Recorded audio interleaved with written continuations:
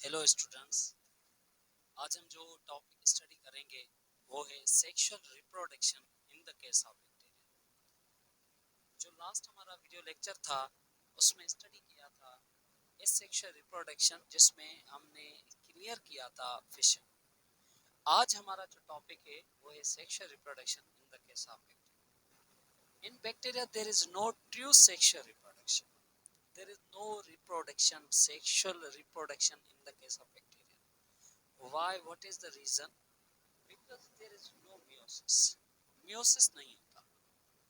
Meiosis, it involves in sexual reproduction. In this way, there is no meiosis, formation of gametes and zygote. No gametes, no zygote. ना zygote बनेगा, नहीं gametes बनेंगे. Instead, it involves transfer of portion of genetic material. It means DNA from donor cell to a recipient cell. अब donor cell क्या है? Donor cell एक ऐसा cell है जो डीएनए देगा, और ऐसा सेल जो डीएनए लेगा उसे कहेंगे रेसिपिएंट सेल। एक बैक्टीरियल सेल डीएनए का पोर्शन ट्रांसफर करेगा, और दूसरा जो बैक्टीरियल सेल होगा वो डीएनए का जो पोर्शन होगा वो लेगा।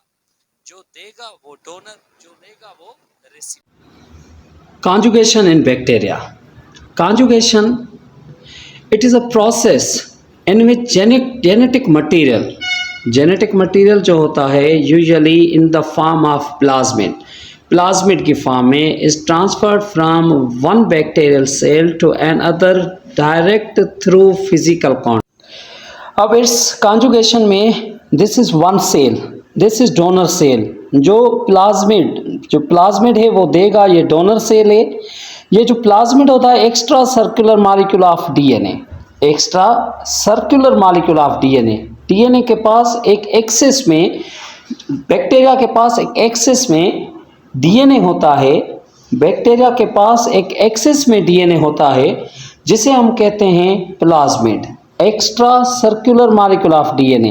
फर्स्ट ऑफ ऑल जो डोनर सेल है वो इस प्लाज्मिड को, एक प्लाज्मिड में से एक लेयर बनाएगा, और वो जो लेयर है वो recipient cell, this is a recipient cell, इसमें ट्रांसफर करेगा।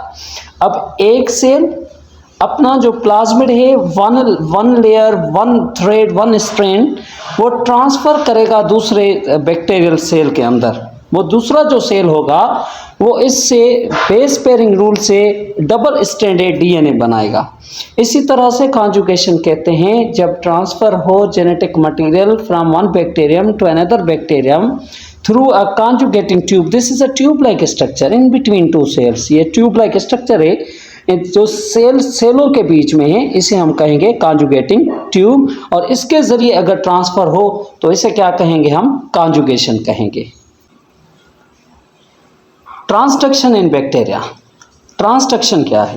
ट्रांसडक्शन एक्चुअली ये भी जेनेटिक मटेरियल ट्रांसफर होगा from one bacterium to another bacterium. Transduction in bacteria is a process where genetic material transferred between bacterial cells through the action of bacteriophage viruses।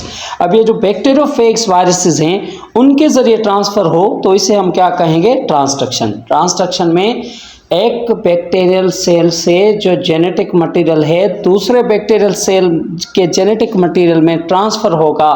कैसे होगा? With the help of bacteriophages virus हैं जो bacteria को infection करेंगे, उन्हें हम कहेंगे बैक्टीरियोफेग्स viruses.